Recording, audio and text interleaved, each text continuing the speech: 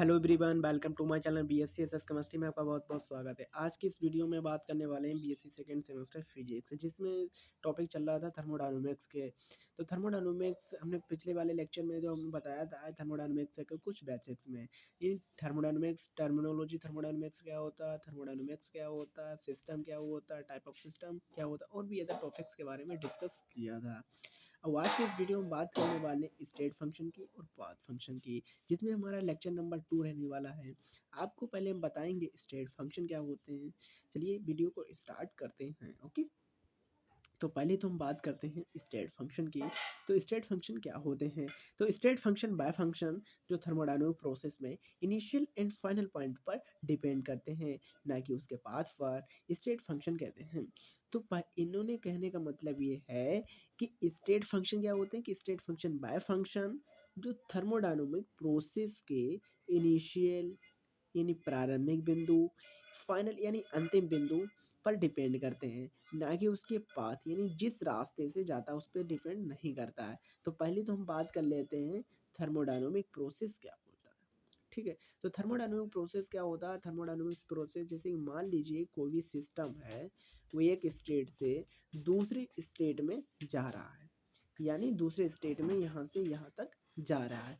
अब एक स्टेट से दूसरे स्टेट में किस प्रकार से जा रहा है? एक प्रोसेस के माध्यम से जा रहा है, एक स्टेट से दूसरे स्टेट में। तो एक क्या हुआ कि ये क्या हुआ, एक प्रोसेस हुआ, एक प्रोसेस के द्वारा एक स्टेट से दूसरे स्टेट में चेंज हुआ।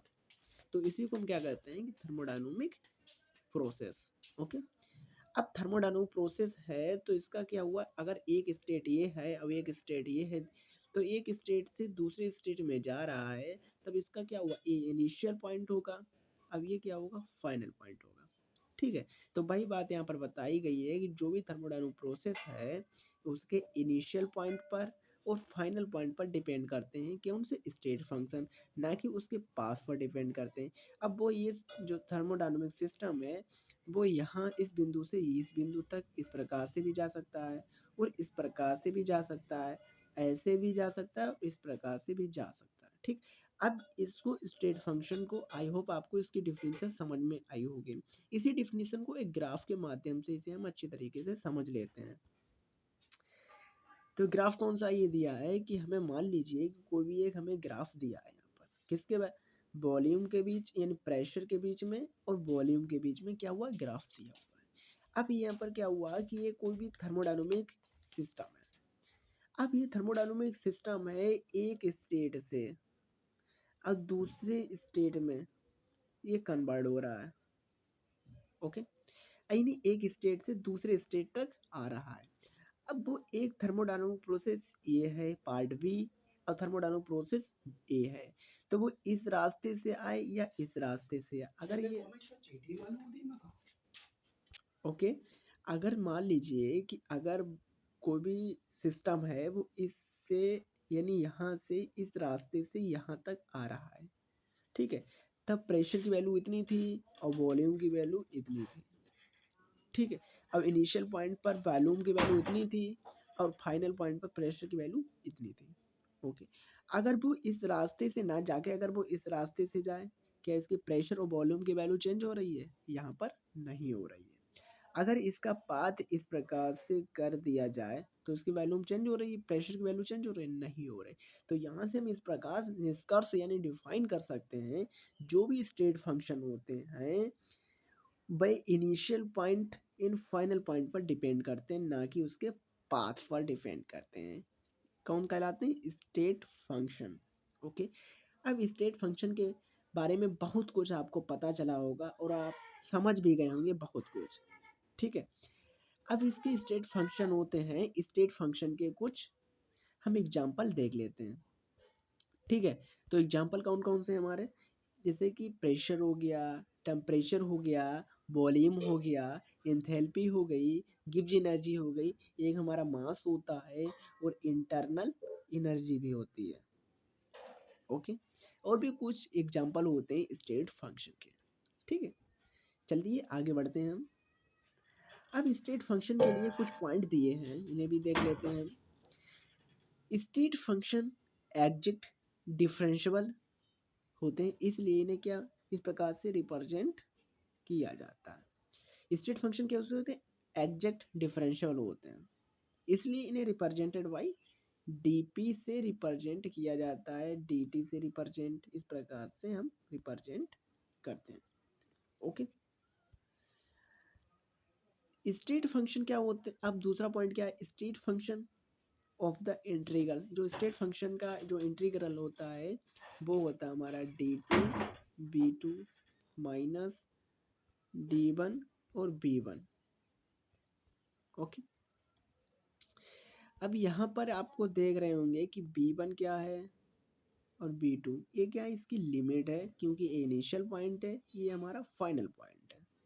ओके, तीसरा पॉइंट क्या हमारा कहता है कि स्टेट फंक्शन का इंटीग्रल भी इसकी इनिशियल एंड फाइनल पोजीशन पर डिपेंड करती है। जो हमारी इनिशियल पॉइंट ये है, फाइनल पॉइंट ये है। ओके, अब तो हमने स्टेट फंक्शन के बारे में काफ़ी कुछ जानकारी प्राप्त की है और काफ़ी कुछ हमने स्टेट फंक्शन के बारे में जाना है। आई होप आपको समझ में आया होगा स्टेट फंक्शन के बारे में। अब बात कर लेते हैं पाथ फंक्शन की। पाथ फंक्शन क्या होते हैं? पाथ फंक्शन क्या होते हैं? इसके नाम से ही पता चल रहा है कि पाथ फंक्शन तो पाथ पर डिपेंड करते हैं।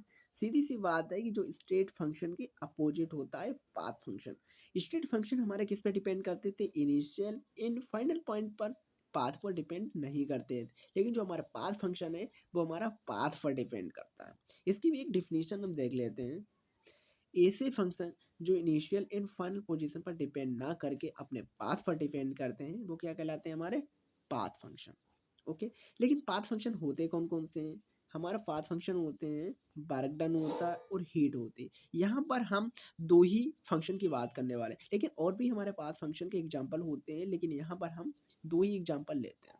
ओके, इसे भी एक ग्राफ के माध्यम से समझ लेते हैं कि मान लीजिए यहाँ पर भी हमने वॉल्यूम और प्रेशर के बीच में ग्राफ खींच रखा है कि ये क्या हुआ? स्टेट फर्स्ट है, अब ये क्या? स्टेट टू है। ओके, अब यहाँ से इस पोजीशन पर इसका प्रेशर की वैल्यू P1 है और इसकी वैल्यूम की वैल्यू हमारी कितनी? B1 है। अब इस स्टेट पर कितनी? B2 वैल्यूम है और P2 हमारी क्या? प्रेशर की वैल्यू है। ओके, अगर वह इस रास्ते से जाता है, ठीक है, तो हमारा वर्क डन कितना हुआ? अगर प्रोसेस बी से जाता है तो हमारा वर्क डन कितना? इतना हो रहा है। ओके, अगर वही हमारा प्रोसेस इससे जाए तो हमारा कितना हुआ? वर्क डन हमारा इतना हुआ। यानी वर्क डन अगर वो पाथ ए से जाता है तो वर्क डन कुछ कम हो रहा है। ओके, अगर वो पाथ बी से जाता है तो हमारा वर्क डन कुछ ज़्यादा हो रहा है यहाँ पर। तो इसका मतलब क्या हुआ कि इसके पाथ चेंज करने में इसकी क्या हुआ? वर्क डन में कुछ चेंज हो रहा है। पार्ट ए में अगर पार्ट ए से यानी पाथ ए से जाता है तो कुछ वर्क डन कम हो रहा है, पाथ बी से जाता है तो वर्क डन कुछ ज़्यादा हो रहा है। तो इसका मतलब क्या हुआ कि इसका पाथ चेंज करने पर जो इसका फंक्शन की वैल्यू है वो चेंज हो रही है। तो सीधी सी यहाँ पर हम डिफाइन कर सकते हैं कि जो पाथ फंक्शन होते हैं वो पाथ पर डिपेंड करते हैं, और अगर उनका पाथ चेंज कर देते हैं तो उनकी पाथ की जो वैल्यू है यानी जो फंक्शन की वैल्यू है वो चेंज हो रही है। तो सीधी सी बात हम कह सकते हैं कि जो पाथ फंक्शन होते हैं उनके पाथ पर डिपेंड करते हैं, बल्कि इनिशियल पॉइंट या फाइनल पॉइंट पर डिपेंड नहीं करते। ठीक है, आई होप आपको समझ में आया होगा। देख लीजिए कि पार्ट ए में इस वाले चित्र में देख लीजिए और इस वाले चित्र में देख लीजिए, आपको डिफरेंट नजर आ रहा होगा। ठीक है, अब इसके भी कुछ पॉइंट हम देख लेते हैं। क्या इसके पॉइंट है? पाथ फंक्शन थर्मोडायनामिक सिस्टम की प्रॉपर्टीज नहीं हो सकती। जो पाथ फंक्शन होते हैं वो थर्मोडायनामिक प्रॉपर्टीज के अंदर नहीं आती है। ठीक है, अब path function in exit differential होते हैं। जो पाथ फंक्शन क्या होते हैं? इन एग्जिट डिफरेंस वाले होते हैं, लेकिन जो स्टेट फंक्शन होते हैं वो हमारे एग्जिट डिफरेंस वाले होते हैं। ठीक, इनमें इतना ही अंतर है। इसलिए इन्हें हम किस प्रकार से प्रेजेंट करते हैं? इस प्रकार से। ठीक है, इन्हें हम किस प्रकार से?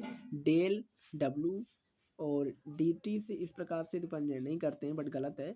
इसे हम इस प्रकार से भी रिप्रेजेंट करते हैं और इसे हम इस प्रकार से भी रिप्रेजेंट करते हैं। ठीक है, बट इसे हम इस प्रकार से रिप्रेजेंट नहीं करते हैं, इस प्रकार से रिप्रेजेंट नहीं करते हैं।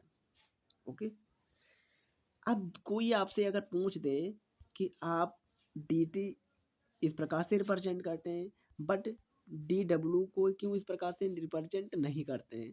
अब यहाँ पर हम देख सकते हैं कि जो डी है वो हमारा क्या है, स्टेट फंक्शन, इसलिए ये एग्जिट डिफरेंस है, इसलिए हम इसे dt से रिप्रेजेंट करते हैं। ओके, और जो वर्क डन है वो हमारा एग्जिट डिफरेंशियल नहीं है, इन एग्जिट डिफरेंशियल है, इसलिए हम dt से रिप्रेजेंट नहीं करते हैं, बल्कि इसे हम डेल ओमेगा से रिप्रेजेंट, डेल डब्ल्यू से रिप्रेजेंट करते हैं। ठीक, आई होप आपको कुछ डिफरेंट पता चला होगा। ठीक है, अब तीसरे पॉइंट की बात कर, तीसरा पॉइंट हमारा क्या कहता है कि तीसरा पॉइंट क्या कहता है कि path function of the integral, यानी पाथ फंक्शन इंटीग्रल क्या हो सकता है, डेल डब्ल्यू वन टू, यानी एक स्टेट से दूसरे स्टेट के बीच में, अब does not equal to W2 minus W1। तो इसका मतलब क्या हुआ कि ये इस फॉर्मेट में एग्जिट डिफरेंशियल होता है, बट एग्जिट डिफरेंशियल ना होने के कारण ये डज नॉट इक्वल टू बराबर नहीं है, इसलिए। ठीक है, तो पाथ फंक्शन का इंटीग्रल हमारा ये होता है।